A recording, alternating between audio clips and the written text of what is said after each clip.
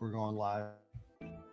You have now arrived at Stadium and Gale. The snap, the kick, it's been blocked again! Oh my!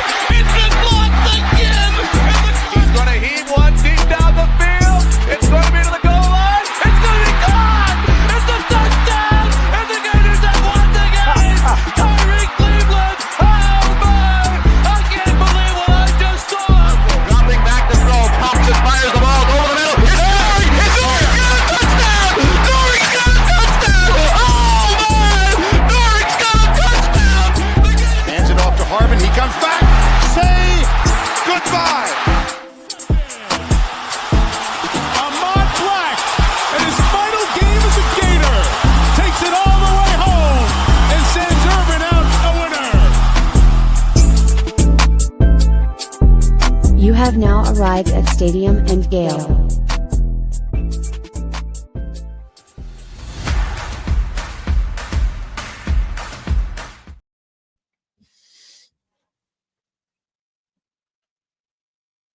You are on mute, my friend.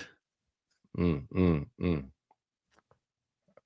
and girls, ladies and gents, welcome to another episode of Stadium and Gale. It's your boy Corey. It's Dan. And Jace.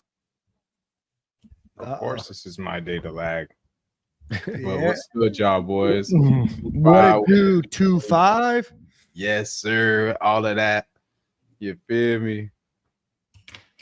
It's good to have Welcome you back, man. We had a two-man wheel last week. You and Nick were out. Welcome back, man. Yeah. you I feeling? saw the show. I saw y'all boys. Y'all held it down for me. But I've been doing better, man. Had to take care of that wisdom tooth and get everything situated, but I'm doing better now. Yeah, we were talking about it last week. You know, just it's a hell of a surgery. It hits you a little bit harder sometimes, a couple days delayed after. But man, glad you're back. I know it's not fun, but man, it's good to have you back. It's good to see you guys. We got a lot to talk about today, but before we do that, how's everybody's weekend? Solid, man. A lot of rain. It hasn't been very rainy in South Florida in 2025, but we got some rain.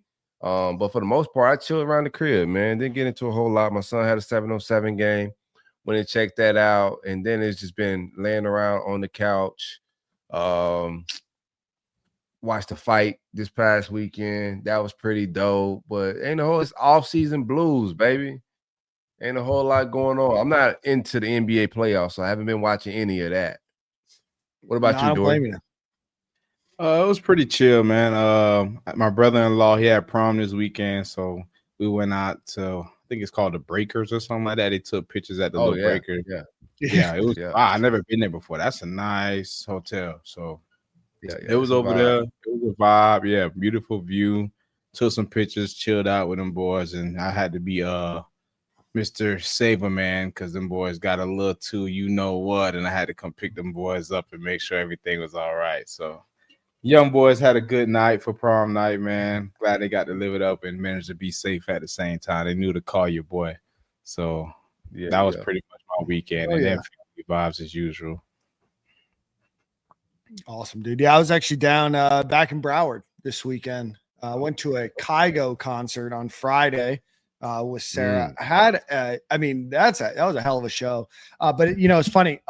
First off, unbelievable show. If you get the chance to see him in a concert type setting like we did, he's a DJ, right? A producer, but he also plays the piano. He also brought out like a string octet during some of his songs. Incredible show.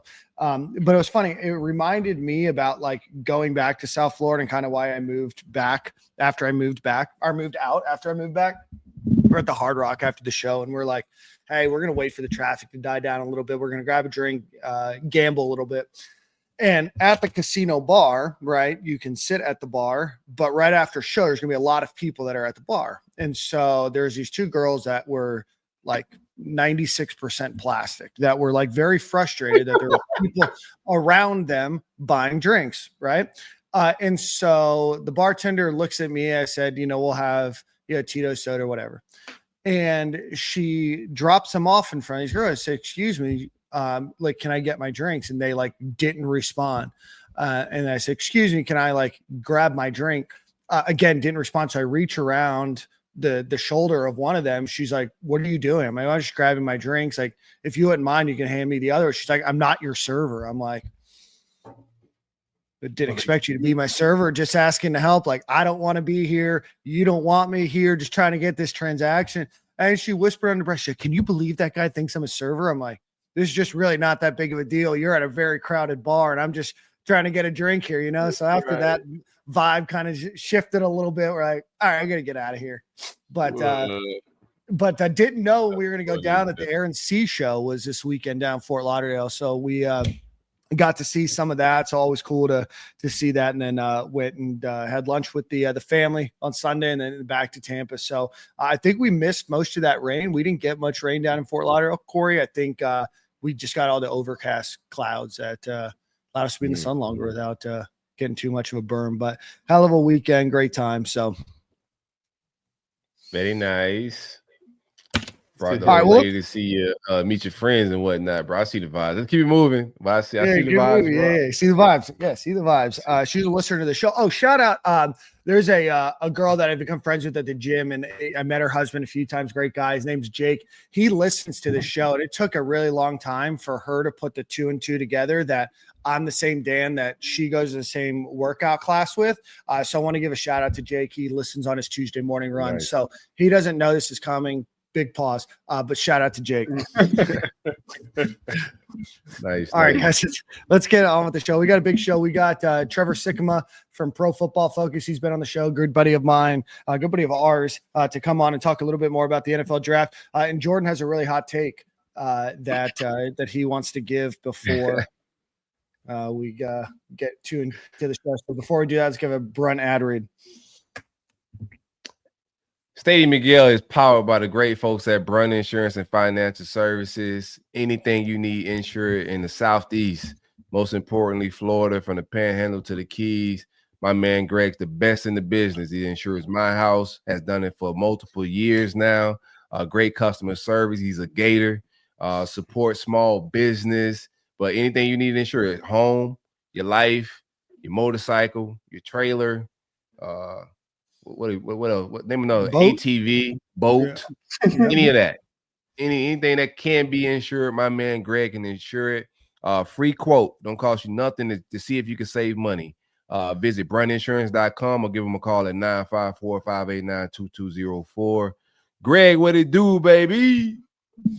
I love that.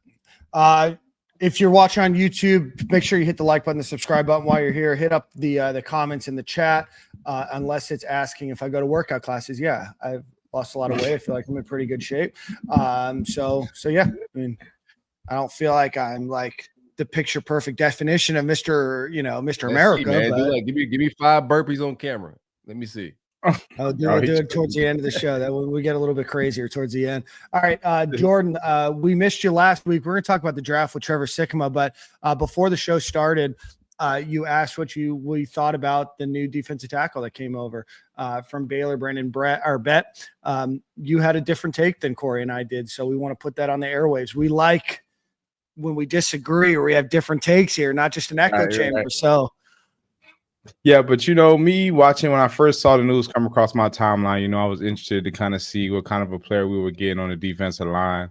I first scratched my head to like, if you're at Baylor, why are you leaving? You know how I feel about that. I'm a little old school with the transfer portal, but obviously he's a young kid, hasn't played a lot in college ball yet, doesn't have a lot of college highlights. So when I was watching him, I watched his high school highlights, and it just didn't really stand out to me. I mean, I felt like for the size he has and how big he was compared to all the players he was playing in high school, I don't know how big they were, but it just didn't jump off the screen. His get off wasn't amazing to me. He didn't look like he was like just manhandling dudes at the size he's at. It should look like that on film. He should look like a man amongst boys. And he wasn't giving that off to me. So I'm not throwing big shots at you, Big Brendan, but I want this to be some fuel to the fire. Prove me wrong. Be that guy.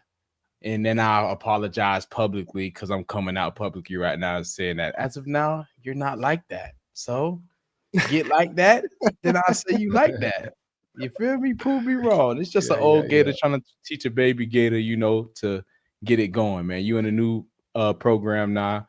we expect a certain standard out of you, and this is the standard I'm holding you up to. If you want to be one of those guys, we've had great defensive linemen come through this team year in, year out. So you have a chance to kind of set yourself straight, and I think you should do so, my guy. So take care of business, grind, work hard, and overcome adversity, because right now you're not on my top of the board, my guy. Yeah, I think yeah, he set out last year for some academic stuff. Like we'll move on with the show. It's old news moves fast in college football. You need to slow down because it's off season. So I guess we can marinate on some of these takes a little longer because news is getting thin, baby. But yeah, I think he's a developmental guy. I like how many snaps he got as a true freshman in the Big 12. I'm with you on the high school tape. Not a whole lot of college tape, but just hearing from the Baylor side of the world, he was going to be a starter and get starter snaps over there. So I think it equates, I think D-Rob had he's a monster, but it was still his high school film was crazy though. I'm just going to keep it a bean. Yeah, D-Rob high school tape was crazy. So if we're comparing high school tapes, yeah. So I'm with you. I don't think it's a huge drop off, but there is some tenacity and some anger I need to see.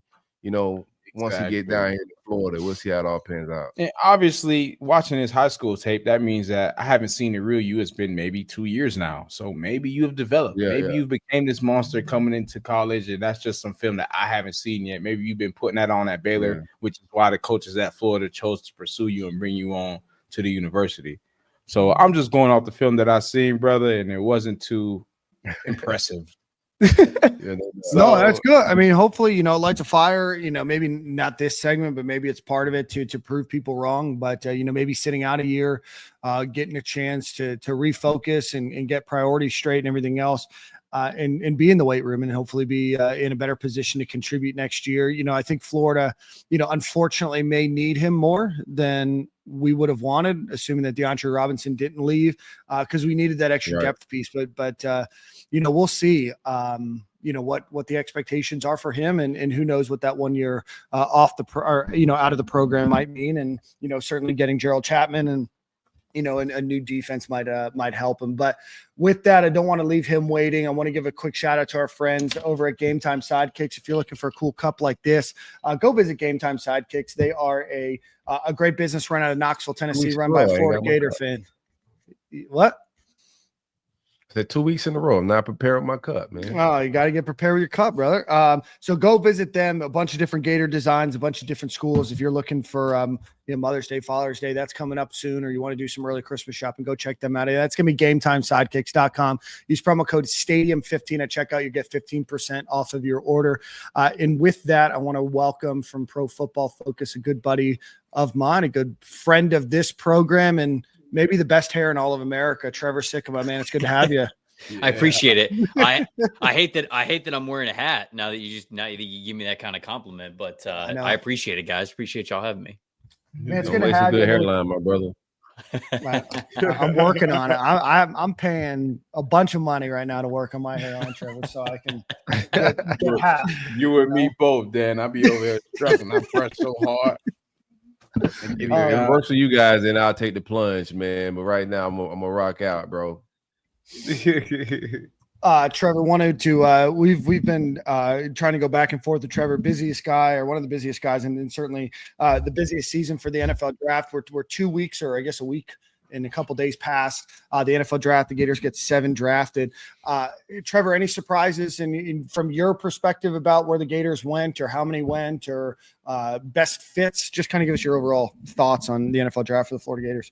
Yeah, I cannot believe that DK was the first Gator that was drafted. Now, I mean, great for him. Obviously, when I graduated from UF, so I'm watching, every single UF game that I possibly can. And when I was watching the games, it's funny, when they needed a big pass, he was kind of on the receiving end of a lot of that, right? And I think that Elijah Badger, a lot of the draft community liked a lot better because he just gave you more value as a deep threat dude.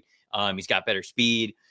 He knows how to win vertically. He's got that vertical separation to him. He's got great ball tracking skills to be a vertical receiver, because I think some people just think of vertical receivers and they're like, oh yeah, they're fast. That means they're a good vertical receiver. And it's nah, I mean, you look at guys like Deshaun Jackson, and the reason why they're the best is not just because they're fast, because they can track the ball deep. And I think there's an art to that. And so like Badger was good at those things, but I thought all day long that Elijah would have been drafted before DK, but DK ends up being the first Gator drafted at 103 to the Titans. So hell of a compliment. I think a lot of confidence to him. And that's a receiver room that there are absolutely targets to be had. And so like he could walk in there in training camp and he can earn some of those targets. They drafted Elikai Omaner, the dude from Stanford, like 30 picks later. And so like they're very clearly just trying to find who wide receiver 2 and wide receiver 3 on this team are going to be outside of Calvin Ridley. So that was the shock to me. So I love it for DK. I never would have seen that coming. Do you see Shim getting that number, being able to earn that number 2 spot, or is it more of a fight for number 3 or number 4? It's probably 3 or 4, because like when I look at him, I feel like he does a lot of his best work when he's in the slot, when he's given 2A goes. I think he's got a pretty high football IQ. He can create that separation pretty early. And when I look at the only reason why I say that can't be a wide receiver 2 this upcoming year is like Ridley is more of like a flanker Z type of off the line of scrimmage wide receiver.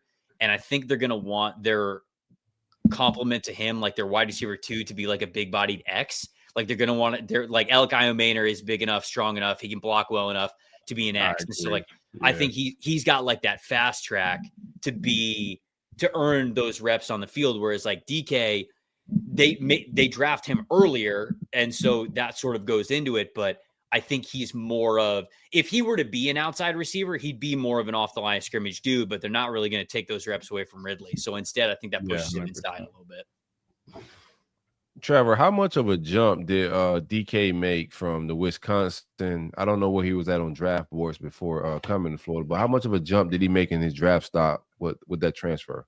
I think it was huge. I mean, obviously, like he was somebody that was within, a draftable grade from NFL circles coming over from Wisconsin, but like what he did at Florida, again, like when you go back to the tape of him this past season, whether it was Mertz or whether it was Lagway, he felt like he was on the receiving end of a lot of their biggest catches. Like when I say that, I don't just mean like the biggest yards, but I mean like the most impactful ones. And it's like when they really needed to pick something up through the air, they went to him. And I think the NFL pays attention to that, like they pay attention to the fact that like, okay, the coaching staff trusted this guy when it really mattered above all else. And from there, I'm sure these teams did research, they talked to the staff at Florida and they talked to them about, okay, like what's this dude about? Like, why did you continuously go to him in some of the biggest moments in the passing game? And so I think he very clearly, he went from a guy who was what I felt would have been like a fringe draftable type of player to,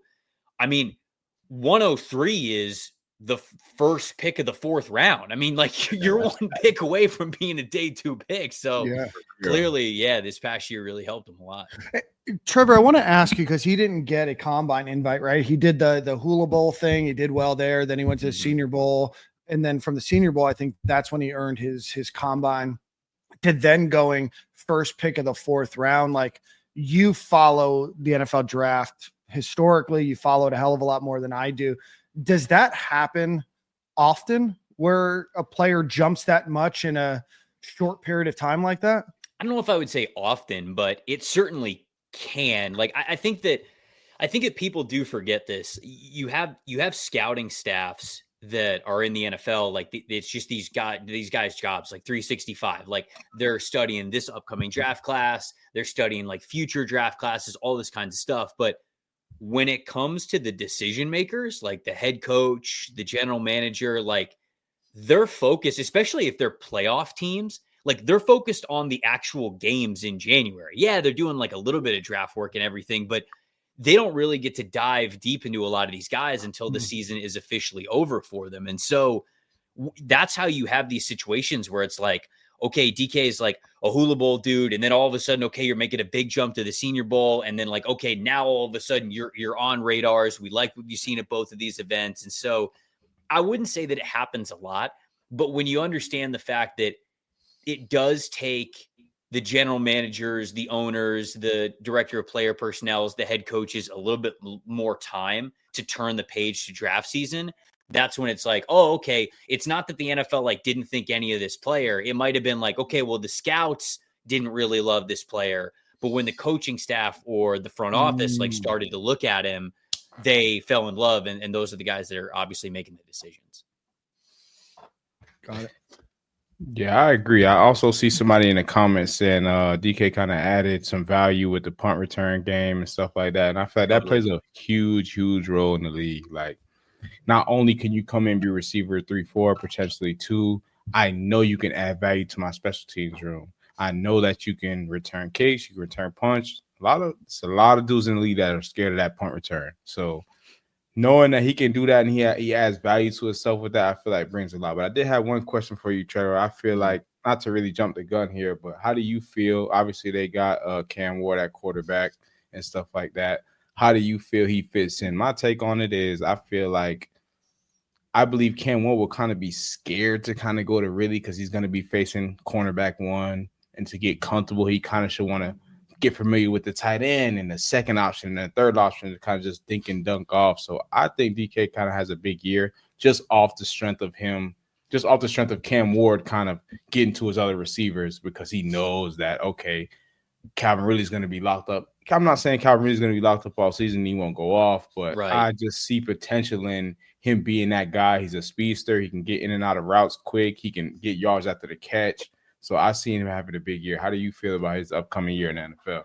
Yeah, no, I think that he definitely has an opportunity. DK certainly does too. Even if he's wide receiver 3, like we talked about, or wide receiver 4, I feel like that still is going to garner some targets and some decent reps because let's face it, there's not really a threat outside of Calvin Ridley. And with that being 100%. The case, we know that the CB1 is going to be trailing him if they're ever running any sort of shadow coverage or man coverage. They're probably going to play cap coverage above him and say, okay, well, we're going to lean the safety over to him anyways, because we're not really afraid of these other guys. And they're basically going to say to Io Maynor or DK or like whoever it is, like, hey, let one of those guys beat us. And then we'll adjust in the second half if they end up doing it in the first half. So I do think that there's an opportunity for that to be the case for him. I am excited about Ward landing in Tennessee because Brian Callahan's a head coach there. He was the offensive coordinator under Zach Taylor with Joe Burrow. And a lot of what those guys did in Cincinnati is heavy shotgun offense and think about the thing that Burrow brings to the table that everybody loves is confidence, right? I mean, like the dude just plays like he knows he can make every single throw. And Cam at his best is somebody who's a fearless passer where like, 100%. He knows he's going to have the big time throws. He knows he's like, not all of them are going to be perfect, but like that can't keep you. This is why I had Cam Ward as my QB1 in this class, is because does he have a lower floor than maybe you would want for a number 1 overall pick in QB1? Yes, but at least he's got the ceiling.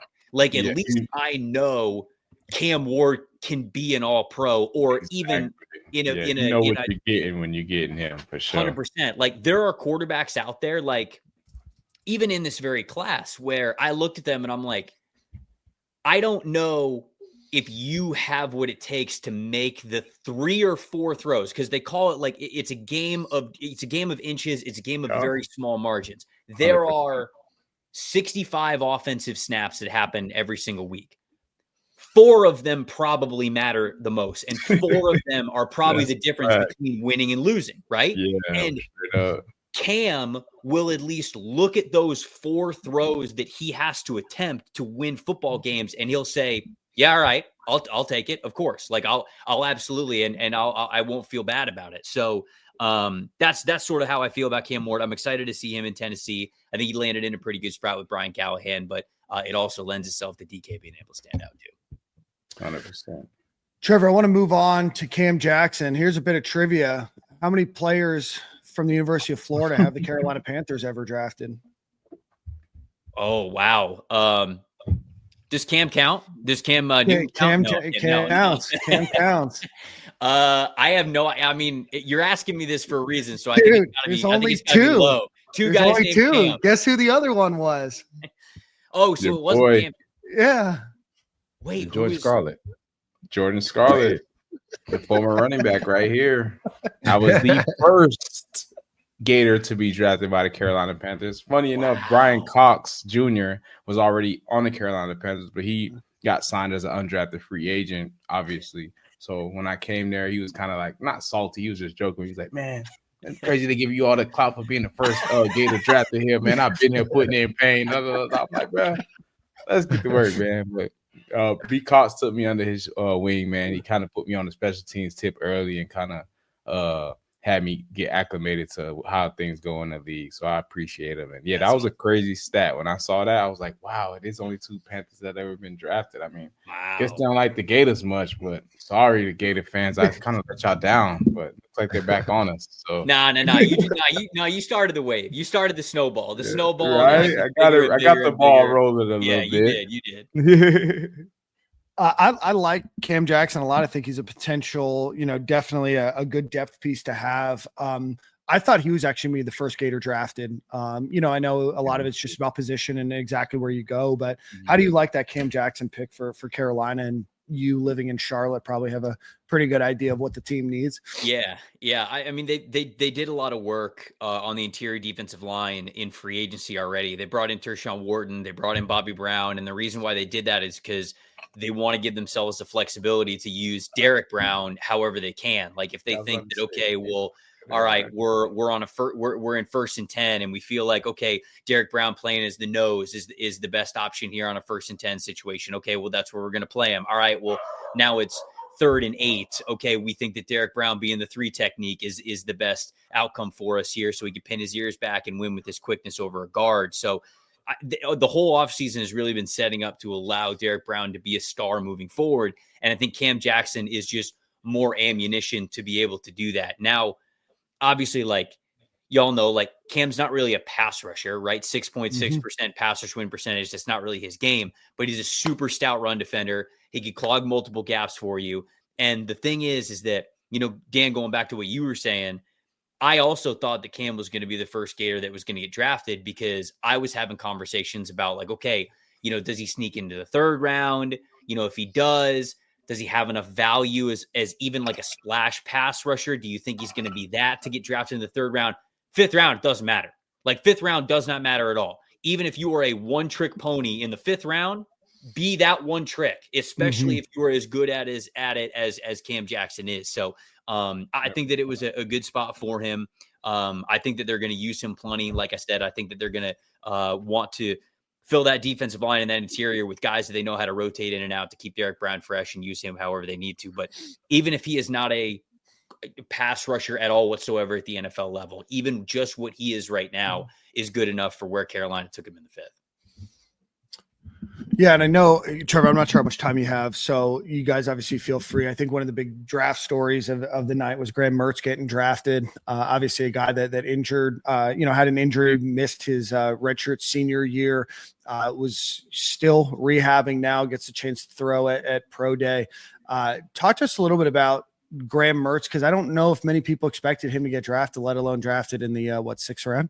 Yeah, he got 6th round to the Houston Texans there. I'm super happy for Graham, honestly. And like when he was playing his first year at Florida, it felt like he was opening it up more than he was when he was at Wisconsin. And was it perfect? No, but there were moments where the good moments from Graham Mertz in that 2023 season, I looked at it and I was like, man, it's not all there for him yet, but like he clearly knows what he is doing. Like he clearly knows how to play this position, what it takes to be a good passer, somebody who knows where the ball is going. And again, was it perfect? No, it wasn't perfect. Is he dynamic as DJ Lagway? Obviously not. But I am happy for him that he got drafted because I do think he was on the path to get drafted throughout the 2023 season and the 2024 season. And so it sucked like watching him get hurt early because I was like,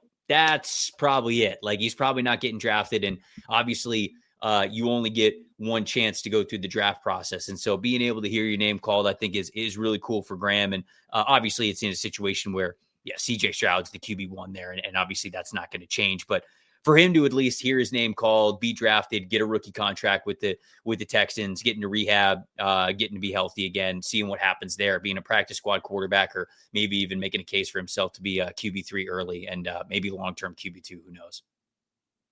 Yeah, I don't know how many draft boards had Graham Mertz over Quinn Ewers, but if you would have told me that before the season started, I would have thought you were nuts.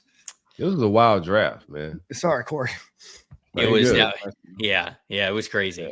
Ewers messed himself up with that whole Manning deal. Once Manning stepped in and kind of was looking like, I can make this offense look better than you, it really made his stock look so much worse. Like, it messed him up bad. And not saying he's a bad quarterback. I think he has a big arm. I think he's going to be a great dude in the league. Like, he may bounce around to a few teams and luck up and get a little start here or there with somebody being hurt and ball out. But I think a lot of his stuff got messed up once they seen Manning step in there and kind of facilitate and make the offense look a little bit more electrifying than what it was. So I cannot believe that he did not transfer somewhere. Like, because you missed out on all that money. Like, he was what was the rumor? Like, what was he going to get for NIL? Like something like 5-6 mil or something? Yeah, they said $5 to $7 million. Notre Dame was offering like $6 million, I think. I mean, in order for him to make more than that in his rookie contract, like, he would have had to get drafted in the second or third round. And that wasn't it. Nothing against the kid. Like, I could have told him that was not going to happen. Like, there's no way that's going to happen. He would have been better off transferring to Notre Dame, whatever it was, and just like, dude, because Carson Beck was the same way, right? Carson Beck looked at his draft stock and went, nope, I'll make more money at Miami. And he said, give me another year making more money at Miami, and then I'll be out of eligibility. It won't matter anyway. So I'll just be going to the draft. I'm going to get drafted where I was going to get drafted anyways. Yeah. Yeah, I think still going to be the same scouts next year, buddy. Nothing's changing. But I think he had all the information that we have, right? He had the money in front of him. And he had to get advice from scouts and everybody. Yeah. He knew he wasn't going to be a second round pick. I just think it just came down to him wanting to finish his legacy as a Texas Longhorn. Yeah, I think he let his pride get in the way with that one. He kind of was almost like, I came to a great team, a great organization type of deal, like a great program. Third transfer. Yeah. He's like, I don't want to be that guy to just go and act like I'm collecting funds, but dude, this your life. This ain't it. Don't worry about what all these other people thinking. At the end of the day, when all the dust settled, you just missed $7 million potentially. You can talk to anybody you want. They're gonna tell you a damn fool from now. Couldn't be me. Couldn't be me. I'll tell you that. Could not be me. I'll take the 7 stacks. You guys, I'm excited to see Elijah Badger with the Chiefs. You know, Des Watson went here to the Bucks. Trevor, because I know we were cognizant of time, I want to talk to you a little bit about 2026 real quick. Looks like Caleb Banks, Tyreek Sapp, Austin Barber, and Jake Slaughter in these very, very early mock drafts. Obviously, many of them still have at least 1 or 2 more years left to play in their career in college. Who are you most excited about out of that crew? I had Banks the top 100 player before he went back. I was pretty surprised. Again, like going back to, like, hey, guys making their own decisions, the decisions with their life, whatever. Like, I think Banks would have been a 3rd round pick at worst if he would have come out in this draft. So I think that he's really betting on himself to be a little bit better than that. But I think he is pretty talented. So Sapp is somebody who, it's funny. Like I don't really watch these guys through an NFL draft lens. I kind of just watch it through like a Florida fan lens until I really know that they're going to declare. And Sapp is somebody who, like, I've watched and he's been like a flashy player, and be like, all right, I think he'll be interesting for the league. I saw somebody have him in like the back end of the 1st round in a way too early mock, and I was like, okay, like I didn't think that people thought of Sapp like that. So now I got to make sure that I get to his tape. I know the league loves Slaughter. Like Slaughter, I don't think he would have been the first center drafted, because depending on what you think of Grace Abel, like if you think he's a center, he definitely wouldn't have been the first center drafted. But then Jared Wilson, the kid from Georgia, I wonder if like Slaughter probably would have been around that range, like late 3rd, early 4th. Austin Barber is somebody that I obviously like know people like as well.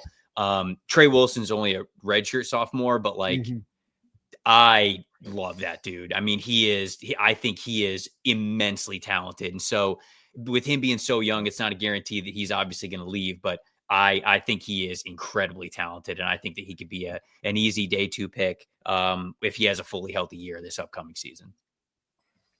Love that. Guys, any more thoughts, questions for Trevor before he gets out of here? No, I don't want to hold him too long. Trevor, thanks for pulling up, my guy. Yeah, man. Yeah, appreciate it, guys. Anytime. Always enjoy it. Absolutely, man. We appreciate you. Congratulations on your wedding, my friend. Enjoy some well-needed rest, and we'll talk soon, my friend. Thank you, guys. Thanks, brother. Trevor Sikkema with Pro Football Focus. Always good to have Trevor on. Let's get into the rummaging behind what's happening with the Florida Gators. Before we do that, let's give a shout out to our friends over at Home Field Apparel. Go visit homefieldapparel.com. Use promo code Stadium and Gale at checkout. Get 15% off of your order. They have the national championship basketball apparel. They have the baseball pullover back. They'll have the starter jacket looking thing back in a couple of months as it gets a little bit cooler, the windbreaker. But 5 pages worth of Florida Gators retro design. So go visit homefieldapparel.com, promo code Stadium and Gale, all one word at checkout. You'll get 15% off of your order. It's been 4 weeks since the basketball national championship. Kind of hard to believe. Like yesterday. Yeah, it feels like 48 more weeks of bragging and 48 more weeks of bragging about it. What? I got the rest of my life to brag about it. Don't worry, I still go to the gym and talk crazy. I got a couple Auburn fans in there and a few Kentucky guys. I be in there talking smack to them like I actually was on the basketball team. Like, you acting like you was there. Blah, blah, blah. I'm like, man, just let me pop my ish, man. You feel me? Don't be hating. I want to pick up where Trevor, where we ended with Trevor on the 2026 NFL draft. I was pulling a bunch of mock drafts before the show. Caleb Banks, somebody has him as a top 10 pick. Tyreek Sapp is a mid to late first rounder. Austin Barber as a potential first rounder. Jake Slaughter, somebody had in the first round. I think most of them have him second to third round. Eugene Wilson, somewhere between 3 and 5. Jordan Castell is a guy that some people have talked about maybe in the later rounds. Jaden Robinson. Who are you guys most excited about? Who do you think to be the first drafted Gator next year is? It's hard to pick. It can't hard to pick, but I think somebody stole my thing in the comments. I like the Trey guy, man, Trey Wilson. Yeah, I think he should have a big year. I don't know how much of a connection him and Lagway have, but he'll be another guy who could potentially be a special teams guy if he puts enough on tape throughout the season of him making highlights and making big plays and showing he could get a lot of yak and stay healthy. Obviously, I think he can be somebody that can climb up in the boards for sure. I think a guy like Devin Moore is not getting a lot of noise because he's just been so injured. But hearing about his speed, he's a guy. If he get a combine invite, he could go run a 4.3 and go and do something crazy. You know, they like them fast DBs. So I think if Devin Moore has a fully healthy year, that he could be a guy. Get that combine invite, run a crazy 40, and climb some draft boards late. Yeah, I am, I guess, maybe a little surprised that Austin Barber was a first round. I mean, I like him. I think that he's consistent. Jake Slaughter, another guy, obviously an All-American returned, could potentially have another All-American year. I found that it's a little bit easier to become an All-American again if you got it the first time. You're kind of the odds-on favorite to win again. And I see the offensive line, being just as good as they were last year, knock on wood. So, be very interesting to see. I'm not maybe as high on Trey Wilson. Just obviously I know his first year had a good year. He gets injured last year, so it's going to be really important to see how he does this year. I don't know if he has that prototypical size to be that early of a pick, and I don't know if he's going to be used in this offense the way that you would need to be to garner that kind of attention. And I would love to see him back for another year, but I hope he balls out. But I have Caleb Banks as my first. Of all of the people, I was the most surprised that he came back this year. I was assured that he was going that top 10 because he knows, bro. I'm not calling out any names, but look at a guy like I'm obviously going to call a name here, Bryant. I'm not saying Taven Bryan isn't a first round draft pick caliber guy, but you went to the University of Florida. You made big plays at D-line, and Florida's used to producing great D-linemen. So what are we going to do? Let's go with the freak of nature. He meets all the measurements we want. He has a potential to be that guy. Why are we about to miss out on the potential J.J. Watt? Let's grab him. So I'm not saying that it's going to be Caleb Banks of any sort, but being at the University of Florida and being dominant at the D-line position, you have a pretty high chance of going in that first round. Yeah. The logo definitely have gotten some guys drafted higher than they supposed to over the years. For sure. Yeah. You 100%. mentioned one. That's my boy. I love him to death. I still he's and really he's a beast for real. Like I remember, bro. Wyoming Wild Man. Yeah, I'm about to say, you step in front of that boy if you want to. All right. He was the first one that ever made me feel like I broke my back. I'm trying to stand up and catch him. That motherfucker bending me all the way back. I'm like, you know what? Pause on that, but I'm like, yeah. I ain't never stepping in front of you again, my boy. I'm gonna just let you run on by the quarterback. I'm trying to make this look good on film, like I'm stepping up in the hole and taking on the D lineman after you just killed my O lineman. That's not my job. Yeah,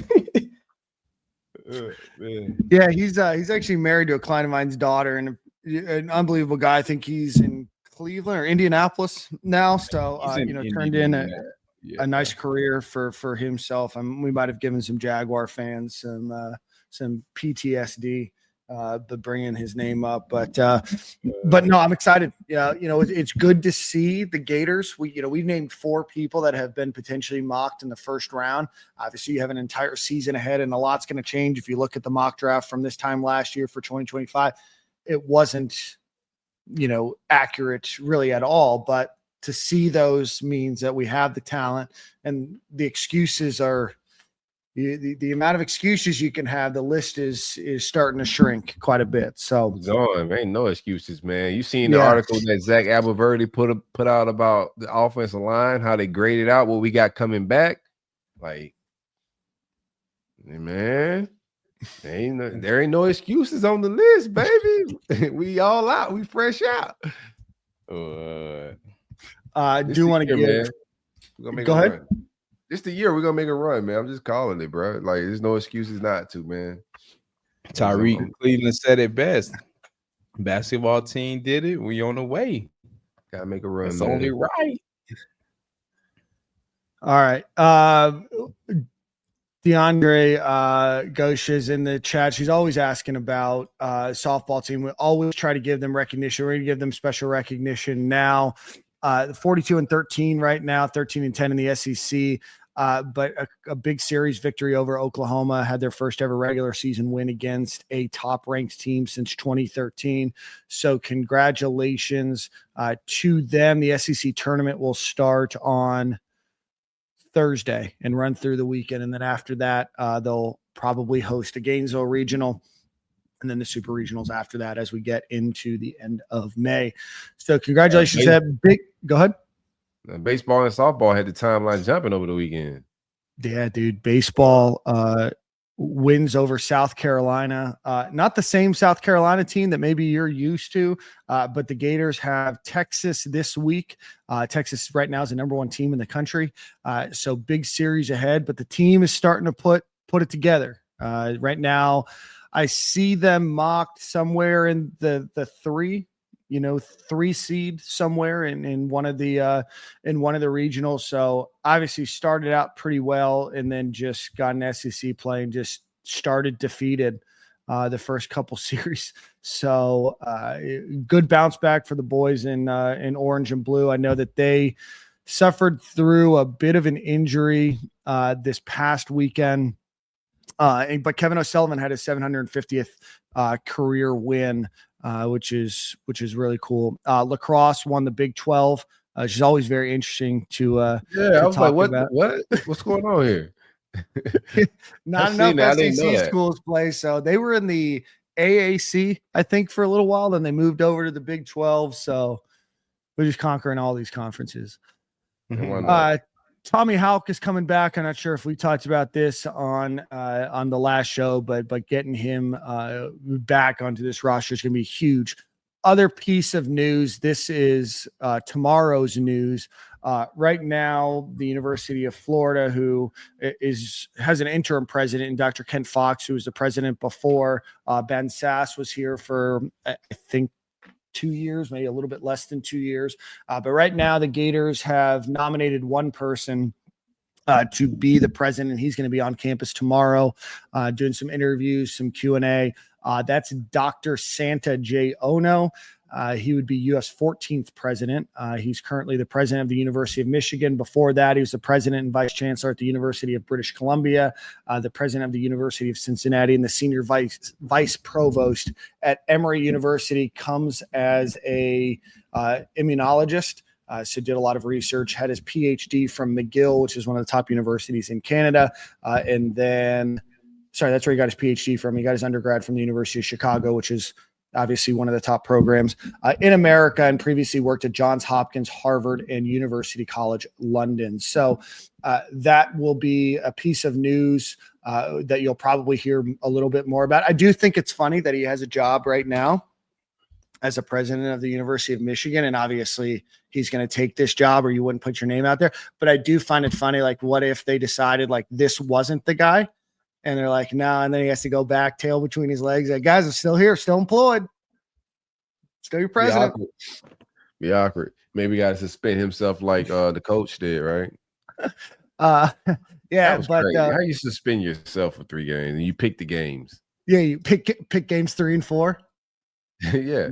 Not against the University of Oklahoma. We'll play Nebraska and then whatever directional school might clip them though on the Lord's Keys. Right. But for those that are interested in his involvement with athletics, he was the president when they announced a $5.3 billion renovation to the Michigan Stadium. He's the one that kept Jim Harbaugh kind of through everything, helping them lead to a national championship. And then he's the one that fired Juwan Howard. Well, under his, I guess, leadership, fired Juwan Howard, and they hired Dusty May, former Florida Gators assistant coach. So a guy that cares about athletics, has been very involved in the University of Michigan athletic department. But again, there's a lot of congruency that you need between the president and the athletic department. And it looks like we've got a potential fan there. So it brings order more than anything. So if this season don't go as smooth or as successful as we think it should be, now you got your office and your affairs in order to be able to make changes, whether it's athletic director, head coach, etc. I think we were handicapped last year and the last couple of years while we were trying to figure out this whole thing. Yeah, I mean, I think, Corey, you and I talked about it during this before you joined the show. I don't think that Ben Sass was a huge Billy Napier fan. And I think that if he was still president, I don't know if you would have had the same situation happen. And I think that Dr. Fox did not want to make any seismic changes as an interim as they waited this position out. So expect that Dr. Santa Ono, will be your new president. I would not imagine on day one going about drastic changes right away. But obviously a guy that believes in massive fundraising and renovation. So if Michigan Stadium can be renovated, don't be surprised if they continue on the plan for the University of Florida Stadium to also be renovated, much to a lot of fans' dismay about what that could look like. So again, just something to know. Little family business. I'm sorry? Little family business. Golf SEC champions. Forgot about that. Great job for Gators golf program. They do have one of the top golfers in the country in Ian Gilligan. So it will be fun to watch them as they move through the national tournament here. Florida is going to play UConn in the Jimmy V Classic, which will be a matchup of the round of 32. So that takes place at Madison Square Garden. So if you're up in New York, that will be great. And then I think based on everything that we've heard from this past season and why Florida had to win all of these games, and we kept talking about, are they a number 1 seed, was because of their out of conference schedule. Good to see some good brand names on that out of conference roster. So our schedule. Yes, sir. Good stuff. Gators lose Isaiah Williams. He is an upcoming senior, number one outside linebacker. Now on his 5th commitment. That's fucking wild. You got at least 2 more. You got at least 2 more in him. Pause. Yeah. You might as well just go for the record at this rate. What's the record? He might got it. I don't know if make I've his own seen record 5. at this point.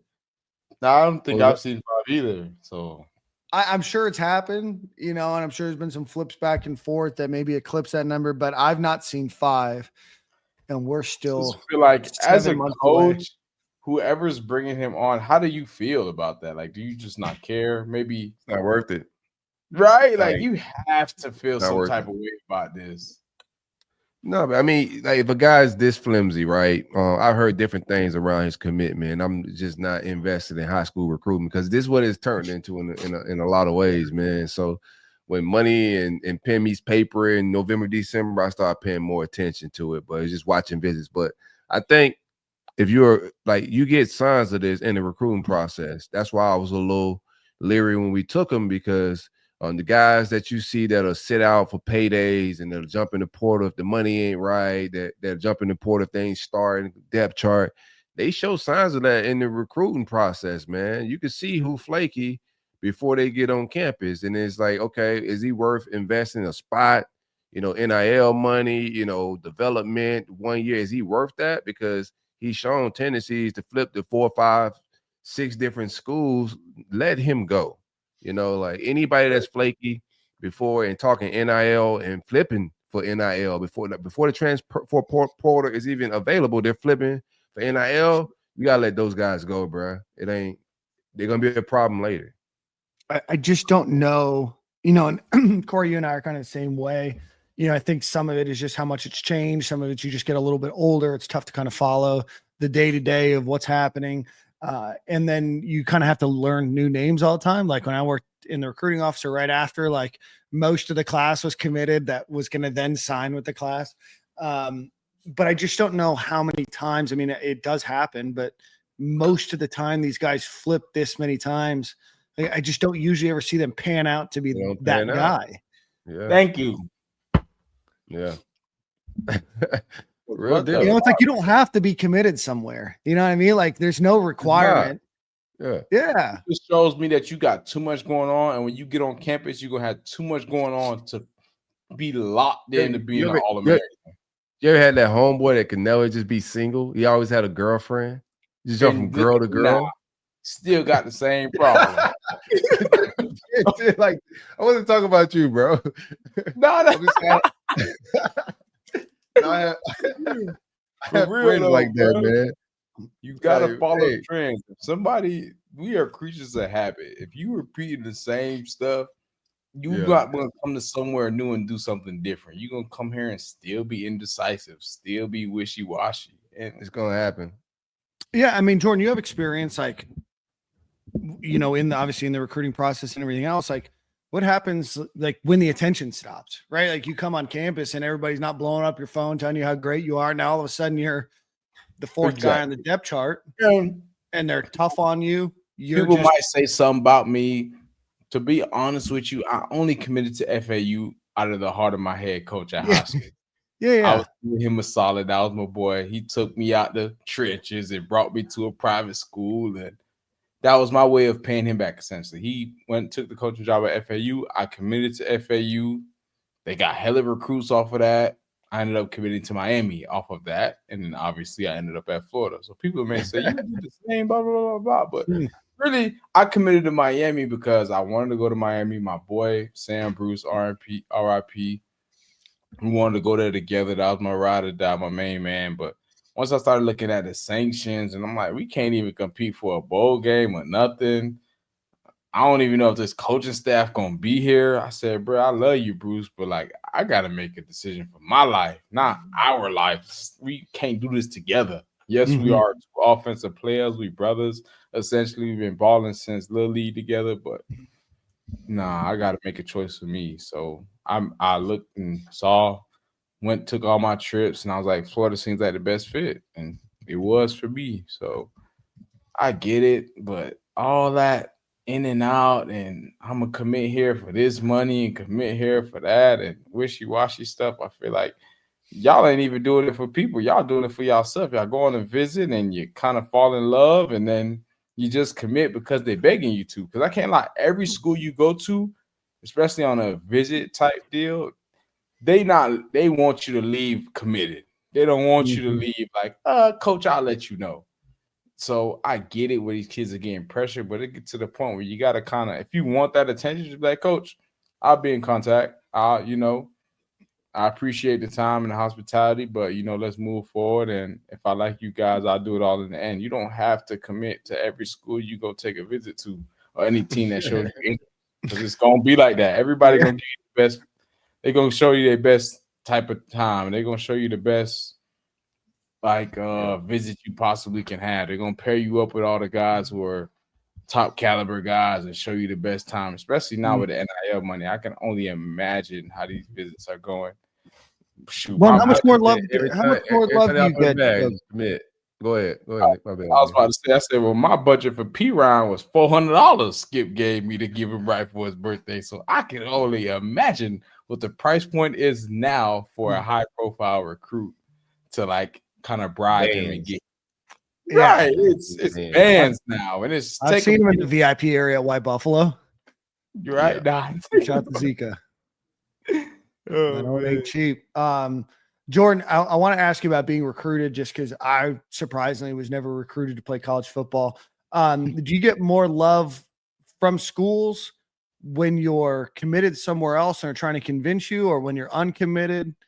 What was that like when you committed to FAU? I'm sure, no offense, I'm sure a lot of people were like, Jordan Scarlett's not going to FAU. They just kept going. But when you committed to Miami, what was that like? Did schools just say, hey, best of luck, move on and focus energies elsewhere? Or? I think it wasn't as strong. I can honestly say when you are not committed somewhere, that a lot of the teams are more of at your neck. And obviously I feel like it was maybe a little bit different for me because I've verbally said in multiple interviews, I'm not looking to leave home. I'm looking to stay in Florida. I don't want to go too far from Florida. I think the farthest team I really was showing interest in was maybe Ohio State, because I took an official there, and that was only because of Nick Bosa and his dad was at St. Thomas, and they were like, no, you're coming to Old State. They were pressing me hard. But other than that, I was a South Carolina visit in Georgia. I really was emphasizing that I'm not really trying to leave too far from home. So maybe that's why a lot of the other teams fell off of me. But for the teams that were local, they were still hard on me when I wasn't committed. But once I got committed, a lot of them fell back. A dude like T-Raw wasn't falling back. He don't give a damn who's committed or what you're doing. He on you. Yeah, so a dude like T-Raw will kind of be on you. But yeah, I feel like once I was committed, a lot of teams kind of fell off. Georgia kind of fell off me hard once I kind of committed to Miami, and they felt like FAU was a fluke. So it was like, okay, you committed to Miami.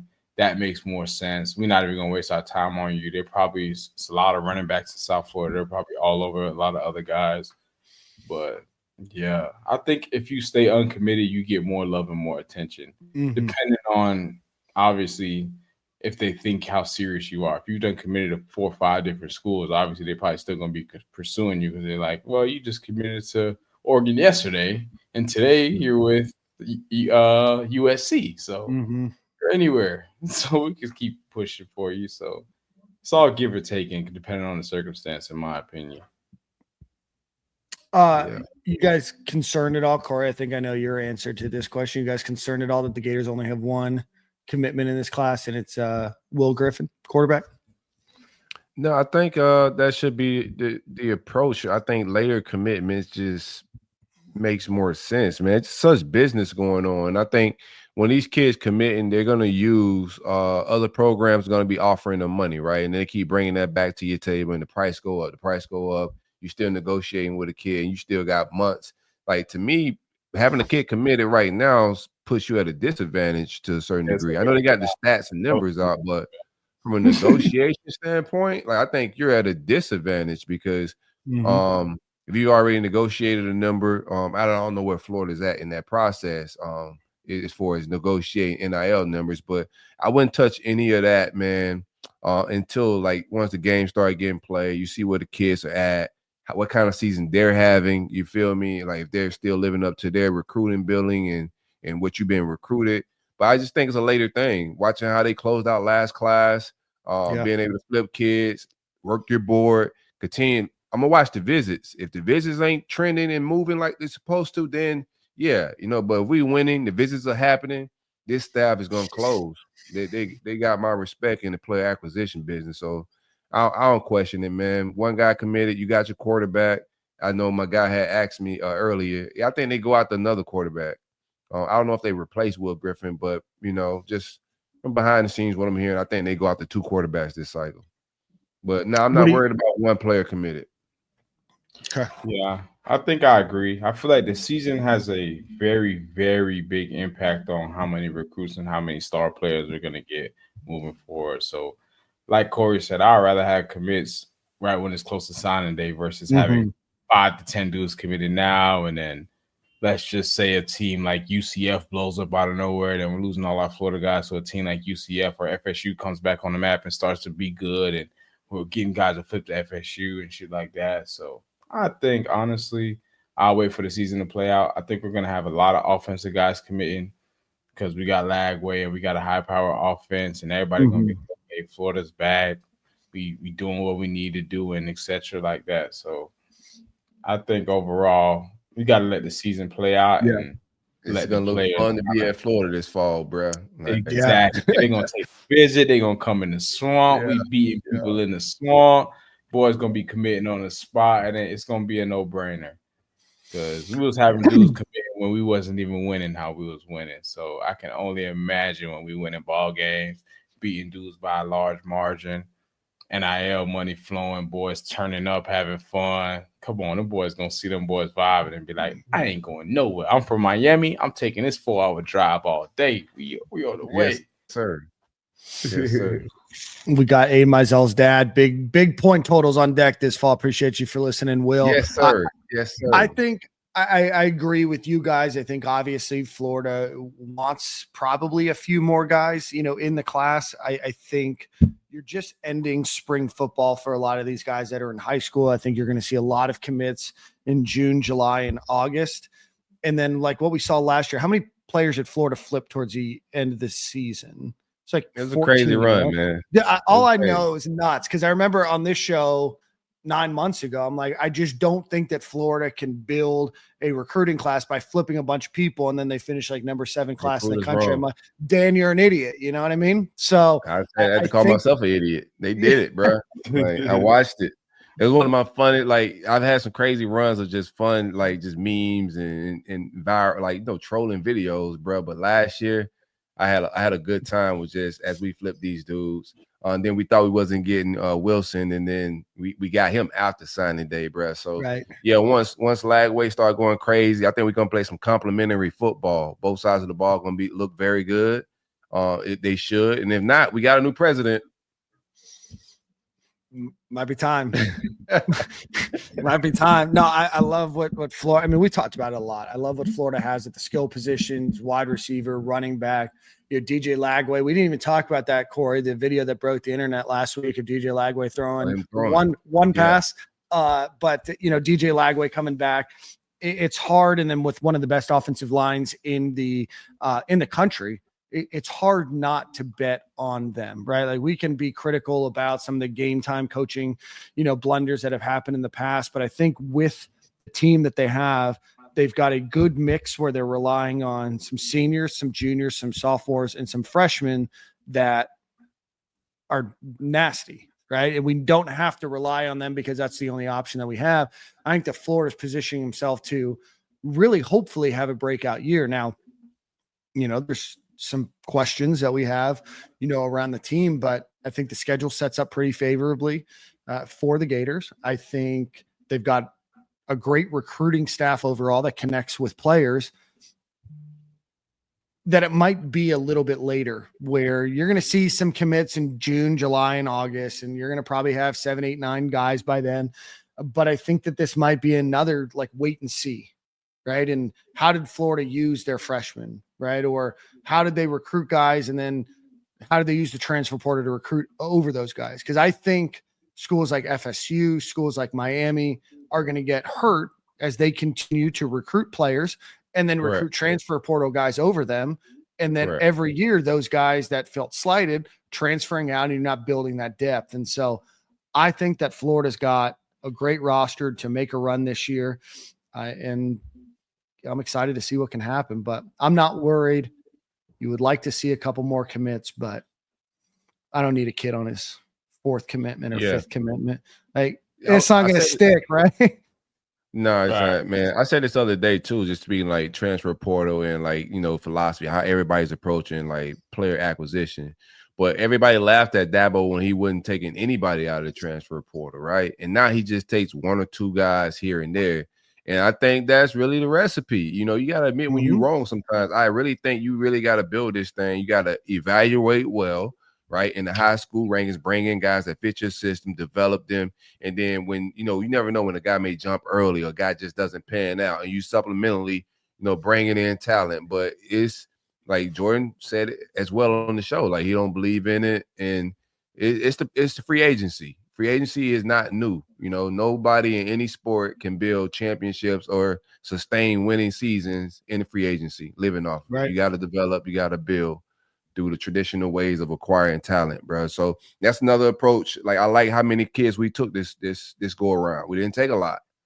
And everybody kept saying we may need a receiver. I'm like, to take guys, you gotta want guys to leave. I'm looking at my rosters, like, bro, I like all these dudes, bro. I don't know who I want to leave. You feel me? Every time somebody left, we were all bickering because we got good talent. Miami's out there, our 3rd stringers in the secondary and on the defensive line because we've evaluated well. Now they're in the portal looking for players that could start for them, and that so happened to be our backups. Same thing with Carolina, other programs that took players from us, but it's just it's a good job. They did a good job in the player acquisition standpoint. We're in year 4. This is the year they were aiming for. The talent's everywhere. You feel me? There is no reason, no excuse for us not to go make the playoffs.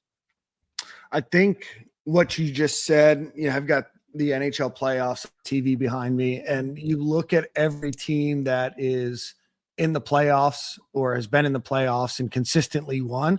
It's a lot of their homegrown talent. Then you go and you get a piece here and you get a piece there, but none of the teams in the NHL playoffs right now are teams that were just a bunch of free agents that they put together, right? And so I think that's what you're seeing in all sports, right? NFL, maybe baseball is a little bit different because they just throw a bunch of money and it's, a little bit different, but in the NHL, NFL, college football, you have to build your roster and augment that, that talent. And it was nice this year, and we talked about it, like to not have to look at every visit in the transfer portal or not have to overspend in the transfer portal either, right? Because there's some guys that are getting far more bread than they deserve.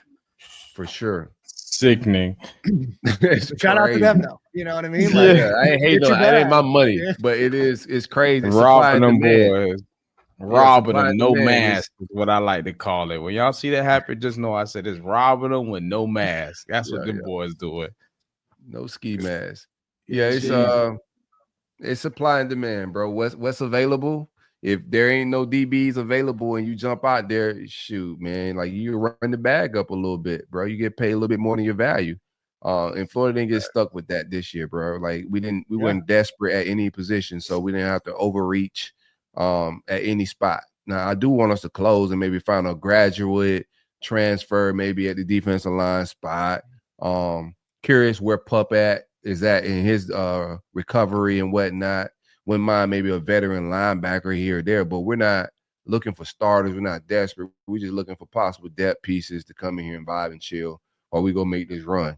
But yeah, I mean, when you're desperate, like you start to bargain with yourself, right? Like maybe this guy isn't the right culture piece or right talent piece, or we just need a body.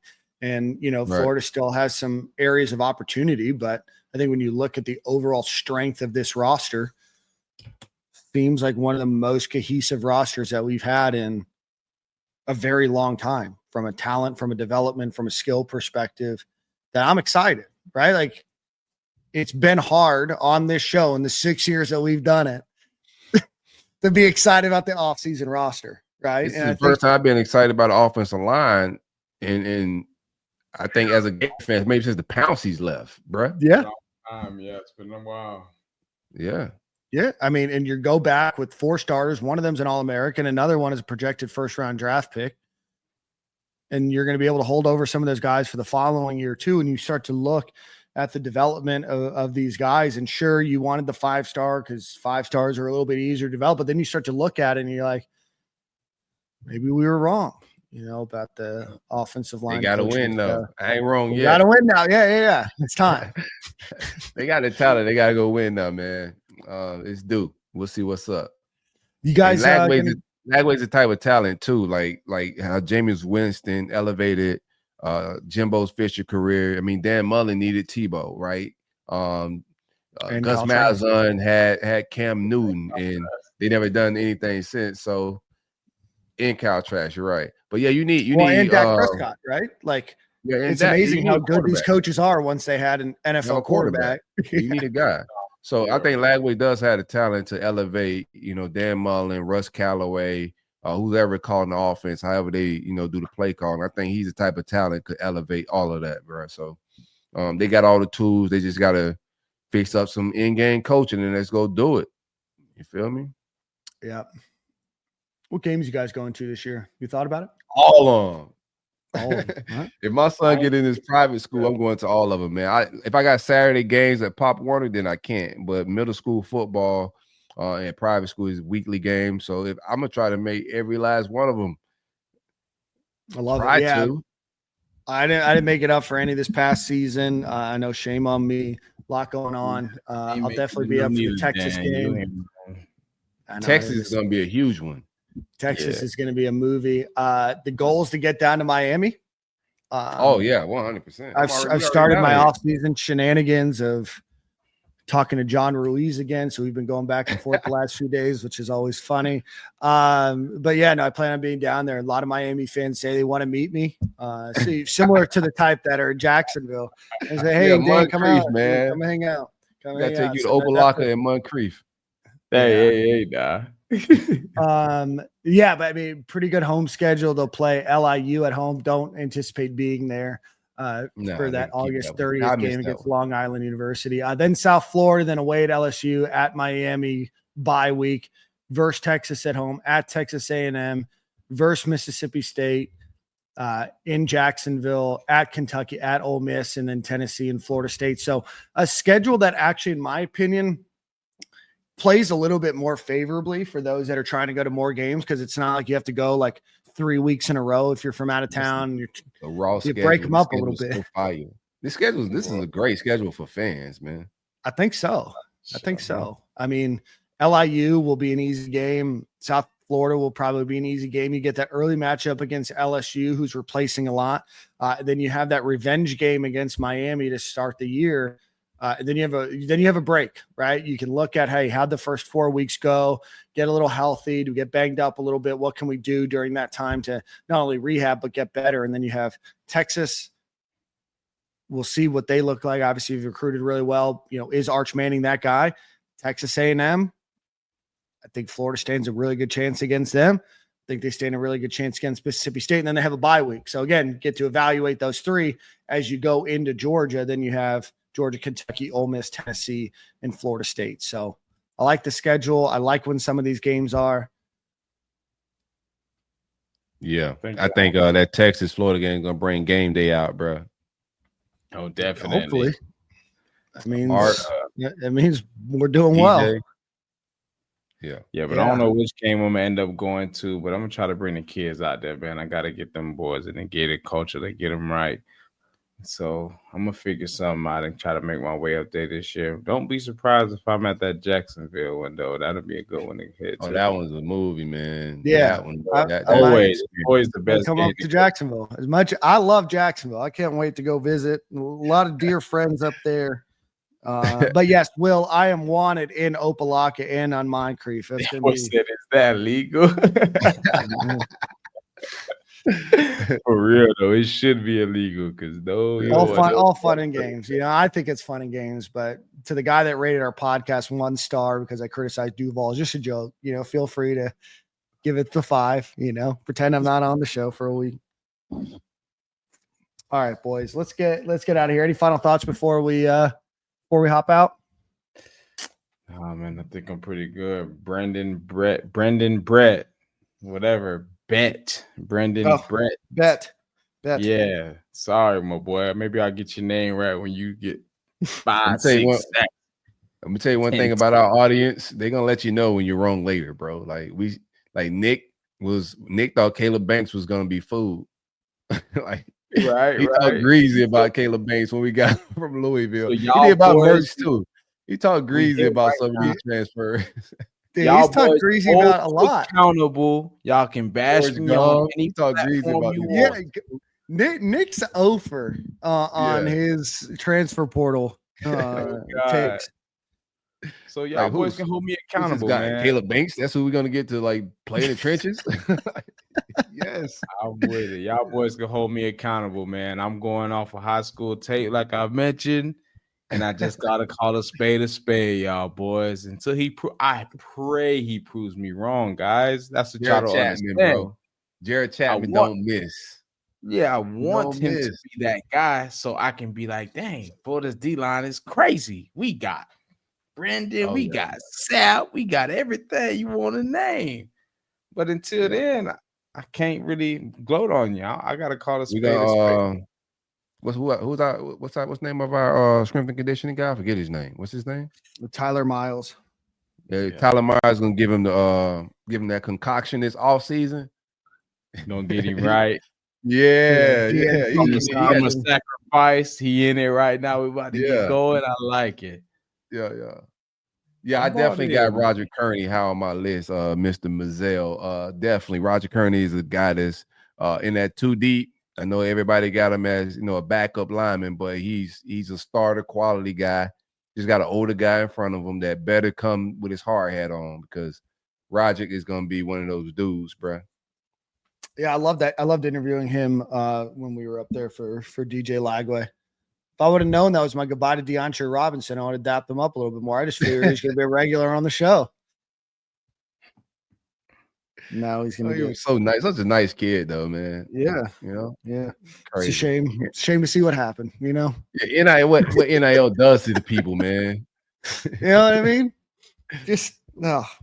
What it does to the fans, the players, the coaches. I felt like I had a boy on the team. Like maybe hit him up, see how he could get me on the field after a game. I thought we were getting to that point, but I almost texted when he was leaving. When I heard the rumors, I was about to text him like, bro, you sure? Like, let's talk.